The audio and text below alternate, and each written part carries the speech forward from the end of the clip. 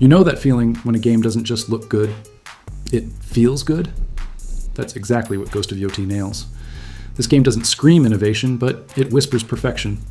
It's like PlayStation said, hey, remember Ghost of Tsushima? Let's crank the atmosphere to 11 and throw you into the freezing wilderness of Hokkaido. And honestly, I'm not mad about it. From the moment you boot up Ghost of Yotei, the tone hits differently. The snow-covered landscapes, the slower movement pace, the gritty realism.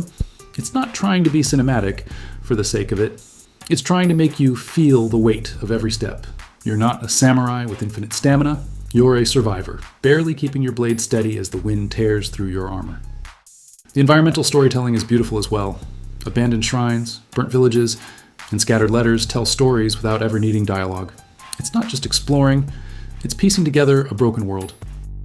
Now, let's talk about the combat. Because honestly, it's addictive. The parry timing feels tighter than Tsushima, and enemies actually adapt. You can't just spam perfect parries anymore. Some enemies fake you out, forcing you to read their movement instead of relying on rhythm. The game leans into deliberate, weighty swordplay where timing and positioning matter. Winning a duel feels like you earned it. There's also a strong mix of ranged and melee options. Gun-fu moments let you string shots into finishing slashes, and certain enemy types force you to change approach mid-fight. Overall, combat rewards patience, awareness, and adaptation, though the ultimate technique of random bullshit go works fine too. What's impressive is that the weather system affects the environment and characters as well, just like RDR2, but in a more cinematic way.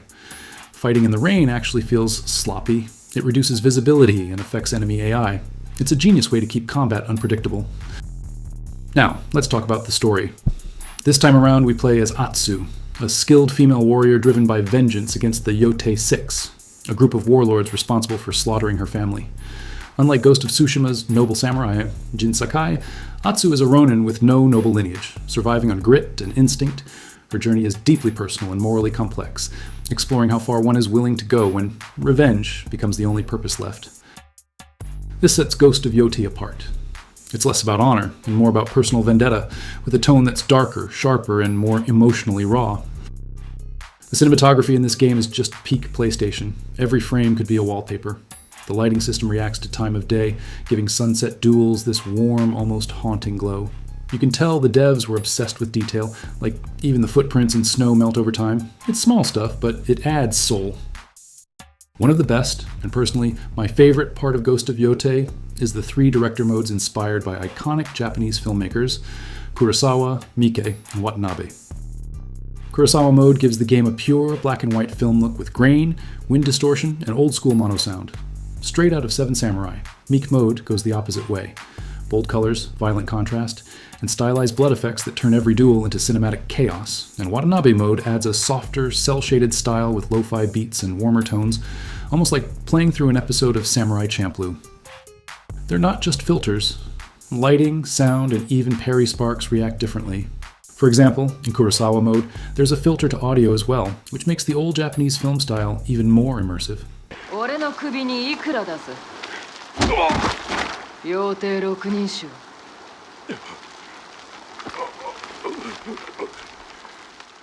It's like 3 completely different moods for the same story. One reflective, one brutal, and one just effortlessly cool. Just like Tsushima, cross-progression is available here as well. Whether you play Ghost of Yotei on PlayStation 5 or PC, your save data, unlocked cosmetics, collectibles, and photo mode captures all carry over. You can start the story on console and pick up right where you left off on PC. No lost progress, and no duplicate saves. Performance-wise, the game runs smoothly with stable 60 FPS in most areas. Visuals are sharp, and the detailed environments around Mount Yotei load seamlessly even during exploration-heavy sequences. Some early previews noted occasional frame dips during large enemy encounters or in areas with heavy weather effects, but nothing that significantly disrupts gameplay.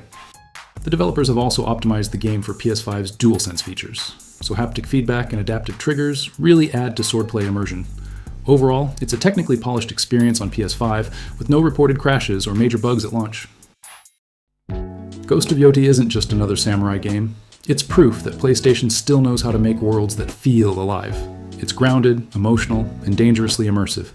If you love cinematic storytelling mixed with brutal gameplay, this might just be your next obsession. And hey, if you're hyped for this game as much as I am, don't forget to hit that like button and subscribe.